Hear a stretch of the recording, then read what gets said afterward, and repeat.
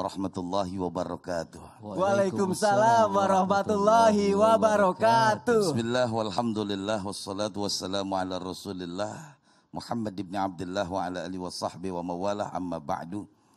Jamaah, jamaah, alhamdulillah. Alhamdulillah di pagi hari ini kita bertemu dalam rangka berbicara terkait dengan sihir. Apakah orang yang terkena sihir itu gimana sih ciri-cirinya? Kalau kita berbicara ayat yang tadi sudah dibacakan di awal, min syarri ma khalaq, dari kejahatan-kejahatan sesuatu yang diciptakan oleh Allah. Apakah orang yang terkena sihir atau guna-guna itu ada ciri-cirinya? Tergantung bagaimanakah sihir yang dikirimkan kepada orang tersebut. Ada sihir yang terkait dengan maradiyah, sihir yang terkait dengan penyakit.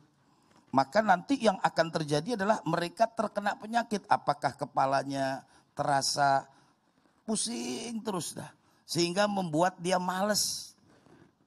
Atau mungkin dia kesulitan untuk melakukan kegiatan karena ada bagian tertentu di tubuhnya yang tidak bisa melangkah. Kakinya, tangannya.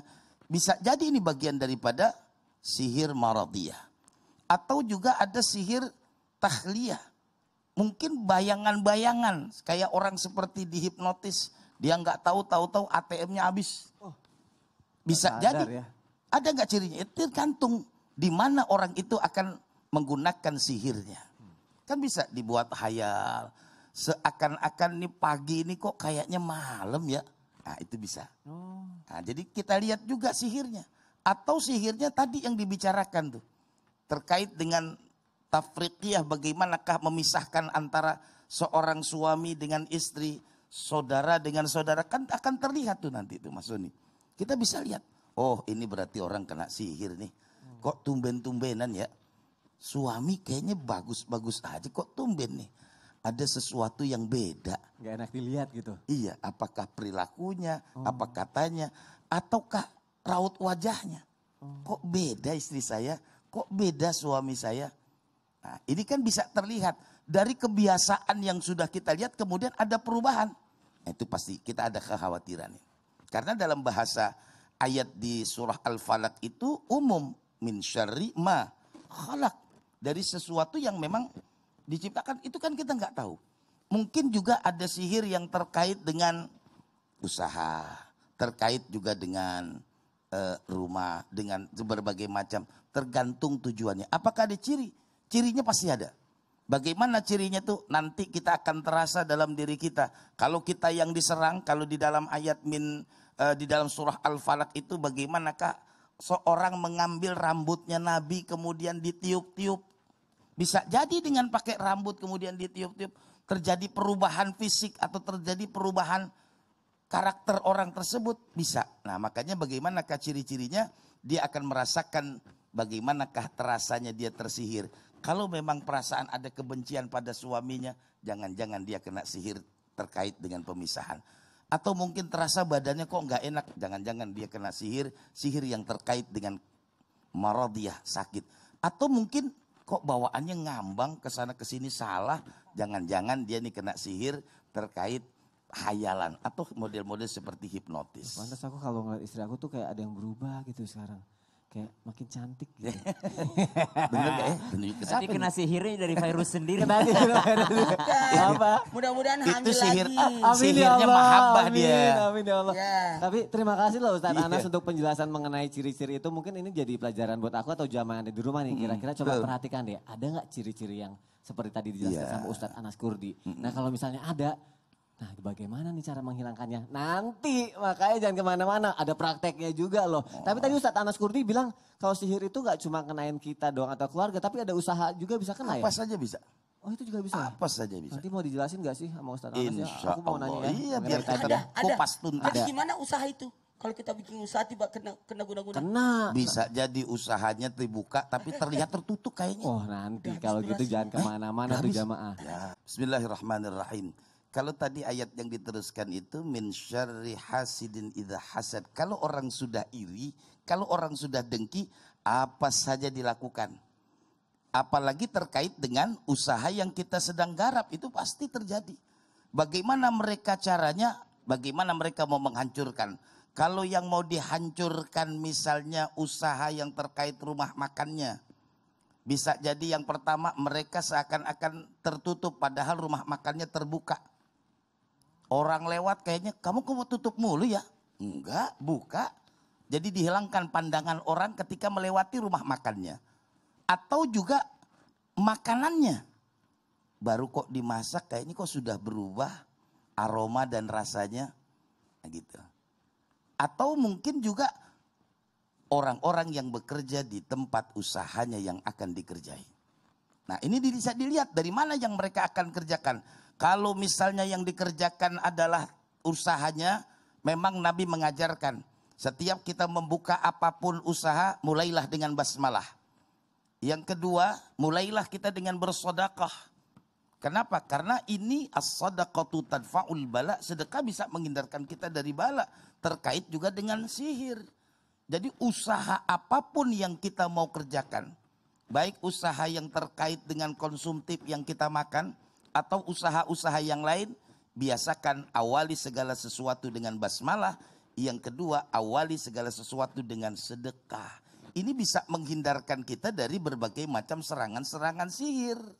Kalau kita nggak memulai dengan ini, bagaimana kita bisa terlindung? Ya, nah ini yang perlu diperjelas buat kita ini. Ya, kalau ada serangan dalam usaha-usaha kita, coba kita mulai dengan sedekah. Kita mulai dengan sedekah supaya nanti terhindar dari berbagai macam sihir-sihir yang semacam ini. Karena orang yang hasut, orang yang iri itu pasti ada persaingan yang di antara kita ini. Bahkan terkadang menimbulkan sesuatu yang terkadang bisa membuat orang itu gelap mata. Apapun dilakukan. Ini yang perlu. Ya, jadi Mas Soni itu apakah diusahakan? Ya kena pasti. Yang terpenting buat kita ini, ayo kita jaga-jaga. Ya, kalau misalnya cuman makanan kemudian ketutup, yang kita khawatirkan orangnya juga yang kena. Aduh. Nah, ini kan lebih bahaya. Ya, nah makanya saya berharap nih bagi yang punya usaha, mulailah segala sesuatu itu dengan mendekatkan diri kepada Allah. Buka usaha bismillahirrahmanirrahim. Itu dimulai. Kemudian biasakan juga kita bersedekah. Insya Allah sihir dan segala macam itu akan terhindar dari usaha-usaha kita.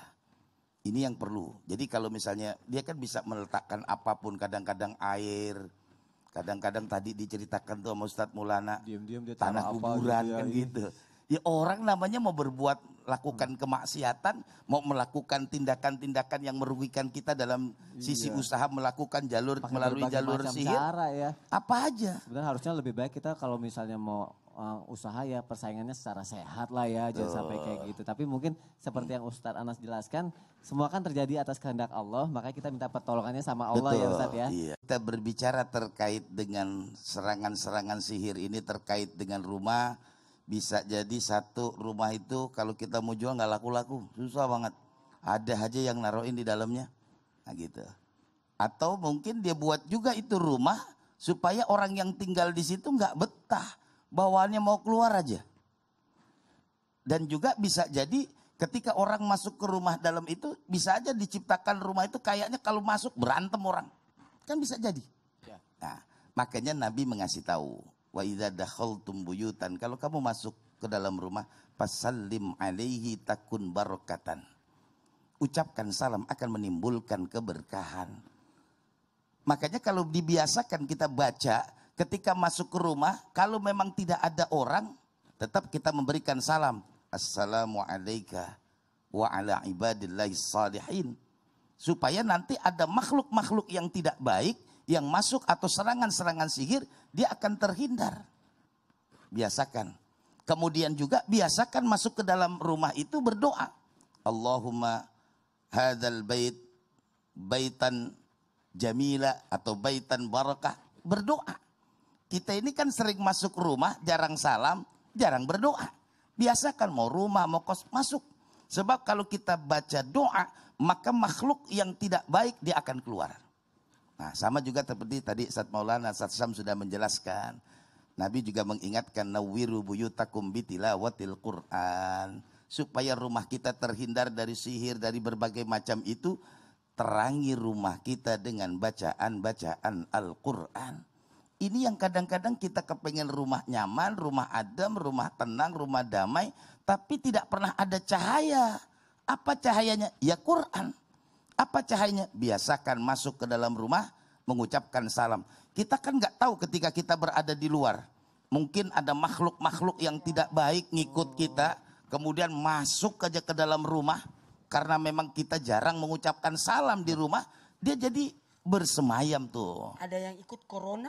Nah, apalagi Bener kan? Virus corona Iya, kan bener. disemprot. bener. Corona aja kita harus kalau misal masuk rumah harus bersih-bersih dulu ya kan. Iya. Apalagi makhluk Kita aja halus disuruh ya. cuci tangan. Kemudian kalau perlu baju dibuka, cuci baju. Iya benar. Iya, kalau perlu mandi dulu sebelum masuk rumah. Iya benar. Disuruh berbesi. Ya. Nah sama, Nabi juga menganjurkan semacam itu. Kalau kita masuk ke rumah, biasakan mengucapkan salam. Takun barokatan, akan melahirkan keberkahan di rumah. Kalau konteksnya berkah, semuanya akan melahirkan. Yang tinggal akan merasa tenang, nyaman, damai. Kemudian juga yang berada di dalam rumah, pertikaian, pertengkaran di dalam rumah akan hilang. Kenapa? Ada keberkahan di dalam rumah kita. Ini yang Nabi udah bilang tuh. Makanya bagaimana rumah kita bisa terhindar dari berbagai macam sihir yang masuk ke dalam rumah kita. Biasakan, tadi juga dibilang, ibadah di dalam. Kita ini jarang menjadikan rumah kita ini tempat kita beribadah. Biasakan sholat berjamaah di rumah. Kumpulkan anak-anak, belajarkan anak-anak terkait dengan agamanya di rumah. Kalau di rumah banyak pelajaran, kemudian banyak orang yatadarrasunal Quran, dia baca-baca Quran, insya Allah rumah kita akan berkah, Ustaz. Gitu. Jadi kalau kepengen rumah kita tidak terkena sihir, biasakan pertama salam, nawwiru buyutakum bitilawatil Quran, bacakan Quran rumah kita, dan juga biasakan kumpul dengan keluarga, kita bisa sholat berjamaah, insya Allah sihir tidak akan pernah masuk ke dalam rumah kita. Amin. Ya. Aku mohon penjelasannya dari Ustadz Anas Kurdi, mungkin dikasih solusinya seperti apa Ustadz, silakan. Iya, kalau kita lihat tanda-tanda yang tadi Ibu ceritakan, mirip-mirip seperti Ibu terkena, ya. Tetapi saya berharap jangan sampai nanti ada fitnah. Apakah benar dilakukan oleh sang mantan suami ataukah orang lain? Nah sebaiknya kalau menurut saya keep saja. Kalau memang itu terjadi misalnya ada sihir atau guna-guna, cukup kita tahu. Tinggal bagaimanakah caranya kita bisa menangkal itu. Jadi saya kepengennya jangan sampai diungkap siapa sebetulnya pelakunya. Nanti akan memunculkan fitnah. Karena apa? Hal yang gaib, hal yang tidak terlihat, hal yang tidak kita tahu. Iya kalau benar, kalau salah akan menjadikan kesalahan juga buat kita. Sekalipun benar saja, kita harus punya jiwa pemaaf, maafkan mereka. Nah bagaimana cara menangkalnya? Tadi sudah dijelaskan, ada beberapa ayat yang harus kita baca. Ya, yang pertama yang harus kita supaya terhindar dari berbagai macam sihir, zikrullah. Zikir kepada Allah. Ya, dekatkan diri kita kepada Allah. Yang kedua, biasakan membaca beberapa ayat tadi muawwidzatain, qul a'udzu birabbil falaq, qul a'udzu birabbin nas. Ketika dibaca 3 kali, kemudian di tangan ditiup, kemudian dibasuhkan kepada kepala kita terus. Jadi kita baca qul a'udzu birabbil falaq 2 tangan, ya. 2 tangan, setelah kita baca kemudian kita tiupkan di tangan kita, kemudian kita basuhkan ke muka sampai ke badan. Muka sampai ke badan Ya, ya. muka ke badan Dibasuhkan kita. muka ke badan. Apalagi nanti ketika ibu mau tidur, karena itu diajarkan oleh Nabi. Di saat kita tidur baca, kita baca muawwidzatain, kita baca suratul ikhlas 3 kali, kita baca ayat kursi, setelah itu kita tiupkan, kita tiup. Setelah itu basuhkan ke semua badan kita, insya Allah kita akan terhindar dari sihir tersebut. Itu yang diajarkan oleh baginda Nabi ketika kita mau tidur, supaya nanti kita terhindar dari gangguan jin, gangguan sihir, dan gangguan